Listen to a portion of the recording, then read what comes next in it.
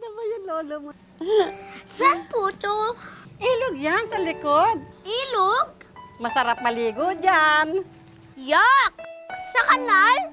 Ibalik ang ganda ng ilog sa programang Toka-Toka para sa malinis na ilog. Lilinisin ang nagamit na tubig sa mga bahay, sewer lines at drainage bago ibalik sa ilog.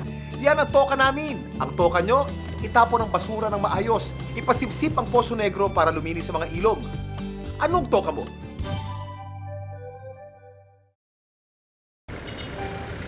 Sa tabing ilog, di ba? Oo nga. Ilog ba yan? Basurahan yan. Tanong ko. Nakakasira ang basura sa ilog.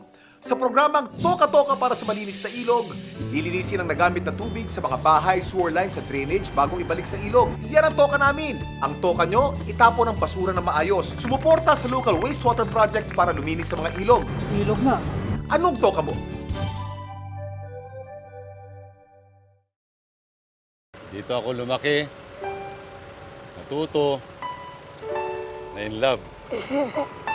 Ayokong umalis, pero Ibalik ang ganda ng ilog sa programang Toka-Toka para sa malinis na ilog. Lilinisin ang nagamit na tubig sa mga bahay, sewer lines at drainage bago ibalik sa ilog. Yan ang toka namin. Ang toka nyo, itapon ang basura ng maayos. Pagpakonect sa sewer lines ng Manila Water para bumilis ang paglinis ng mga ilog. Sana luminis uli ang ilog.